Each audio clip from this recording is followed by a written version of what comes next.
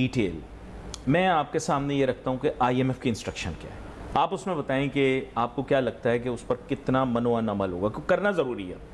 Number 1, interest rate की जो आपकी मॉनेटरी पॉलिसी है उसमें आपको इन्फ्लेशन के साथ चलना पड़ेगा। ओपन मार्केट में डॉलर ₹1.5 इजाफे से 297 रुपए 50 पैसे का हो गया। इंटरबैंक में डॉलर की कदर में 89 पैसे इजाफा हुआ। तफसीलात अगर आप पाकिस्तानी हैं और गूगल पर PKR to INR टाइप करते हैं तो जो नतीजा सामने आता है वो दिल चीर देता है। इंडिया की करेंसी पाकिस्तान के मुकाबले 3 गुना से भी ज्यादा मजबूत हो चुकी है। से इंटरेस्ट रेट बढ़ाना पड़ेगा, IMF का रूल है, क्योंकि आप काफी ज्यादा मुताला वर्ल्ड वाइड रेट है, वर्ल्ड वाइड एक रूल है।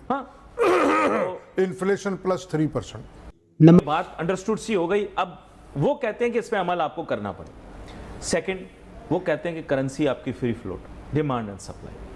अब आप और मैं दोनों जानते हैं कि करंट अकाउंट डेफिसिट के अंदर वक्ती तौर पे कमी बेशी तो लाई जा सकती है, लेकिन ट्रेड डेफिसिट और उस गैप को तो कम नहीं किया जा सकता इतना ज्यादा। ठीक बात। तो इट इज अंडरस्टूड के डॉलर भी बढ़ेगा। ये तो आउटकम होगा। गवर्नमेंट का कोई रोल है उसमें? देखिए, मेरे ख्याल से गवर्नमेंट का कोई रोल नहीं है। और जो भी कोई आएगा निगरान या इलेक्टेड, अगर जैसे मैं आपकी बात से 100% मुत्तफिक हूँ कि जब उसने स्क्रिप्ट भी पढ़ना है तो उसमें उसका क्या कमाल है, आप किसी को भी बिठा दें, ठीक है। लेकिन मजबूरियां हैं बहुत सारी कि ऐसे आदमी को चॉकलेट का आपने रैप चढ़ा के देना है कि जो सबको काबिल कबूल हो, खास तौर पर 14 जमातों को। हाँ, ये आप कह सकते हैं। और अब फिर प्लस आपके मुल्क में जो माफियाज हैं, so called mafias, so called नहीं कहूँगा, सो कॉल्ड जो सियासी जमातें हैं वो भी माफियाज हैं। ज़रा गड़बड़ हो वो अपने इलाके में कोई ना कोई तखरीबकारी या एजिटेशन शुरू कर देते। बड़ा खुल के बात कर रहा हूँ मैं कर लें। अब तो आखिरी दिन हुकूमत का नहीं, आखिरी दिन नहीं, इन्होंने ही रहना है सर। 75 साल से यही है, इन्होंने मतलब फेसेस चेंज होते रहेंगे, सिस्टम में वही रहना है। हुकूमत चेंज नहीं होती, यही है सब, ठीक है। इनकी मर्जी के बगैर कुछ नहीं होगा, क्योंकि पॉलिसी का तसलसल आप देखें, सिर्फ आवाम को मारो और अपने आप को स्ट्रॉन्ग करो। नहीं, लेकिन आर्म ट्विस्टिंग, जैसे मैं एक मिसाल देता हूँ, अब आर्म ट्विस्टिंग की तरफ तो अब हमें नहीं जाना, क्योंकि अगर हमने IMF की बात ना मानी तो they will twist our arms. हो सकता है इतना मरोड़ दें कि टूट जाए, क्योंकि एक दफ़ा तो हम भुगत लिए हैं कि हम डिफ़ॉल्ट के बिल्कुल नज़दीक आ गए। रेटिंग बिल्कुल ऐसे होने वाली थी कि अब उन्होंने हमको टेस्ट उसका बता दिया। अच्छा, उनकी कुछ और कंपल्शंस हैं, मैं आपके सामने पेश करता हूँ। ये वो हैं जो कि इकोनॉमिक और फाइनेंशियल, कुछ पॉलिटिको इकोनॉमिक भी हैं। वो कहते हैं कि देखें, अगर आप चाहते हैं कि हम आपके साथ कोऑपरेशन रखें तो आप तो हमारे लाडले बच्चे नहीं रहे, आपको डेमोक्रेटिक प्रिंसिपल्स को भी एडहेयर करना पड़ेगा और कॉन्स्टिट्यूशन को भी रिस्पेक्ट करना पड़ेगा। ये उसके साथ साथ मैं इस बात का इजाफा कर दूं जी कि उनकी डिमांड्स है उसको भी पूरा करना पड़ेगा। वो भी पूरा करना पड़ेगा, ये एडिशनल शर्त है। वो असल शर्त वो है असल शर्त वो है। वो भले आप मार्शल लगा दें, फौजी ले आए, उन्हें उसकी कोई गर्ज नहीं है, उनको ओबे होना चाहिए।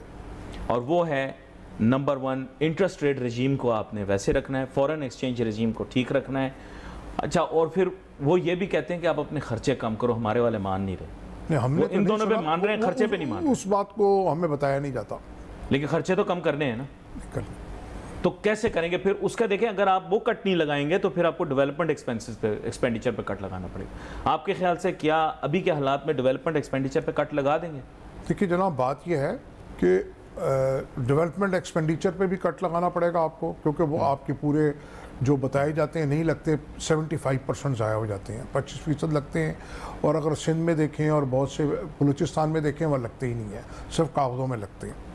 तो वो भी आपको रोकने पड़ेंगे, अपने खर्चे दूसरे भी रोकने पड़ेंगे, सिवाय दिफाई बजट के। उसके ऊपर कोई कॉम्प्रोमाइज़ हम नहीं कर सकते, वो हमारी मजबूरी है। हम उस पर खुश नहीं हैं, लेकिन वो हमारी मजबूरी है। मैं मद्दा सराई नहीं करूँगा किसी की कि जी फौजी सब कुछ है, लेकिन वो हमारी मजबूरी है। उसके बगैर हमारा मुल्क की बका नहीं है, पहली बात। दूसरी बात यह है कि अगर हम खर्चे ख़त्म नहीं करेंगे तो अल्लाह ना करे ये आप इससे ज़्यादा 8-9 महीने के बाद इससे ज़्यादा सख्त हालात में होंगे। और भारत देखा, और फिर हमने उस जुडिशल एक्टिविज्म की ऐसी इंतहा देखी कि जिसके नतीजे में पाकिस्तान को और पाकिस्तान के टैक्स पेयर्स को, अवाम को बिलियंस ऑफ डॉलर्स जो थे वो जुर्मानों में भी अदा करने पड़े। तो ये हमारे माशरे में और लीगल फ्रेटर्निटी में एक कंसेंसस है कि ये जो पावर्स हैं ये रेगुलेट होनी चाहिए।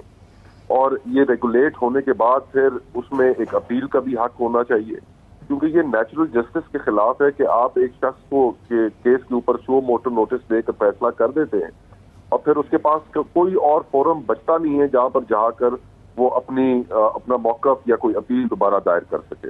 اور عموماً دیکھنے میں یہ آیا کہ جب سپریم کورٹ کسی معاملے میں نوٹس لے کر اور وہ معاملہ نیچے لوور جوڈیشری کو بھیج دیتی ہے تو وہاں پر لوور جوڈیشری میں بھی انصاف نہیں ملتا کہ اوپر سپریم کورٹ اس کے اوپر پہلے یہ کہہ چکی.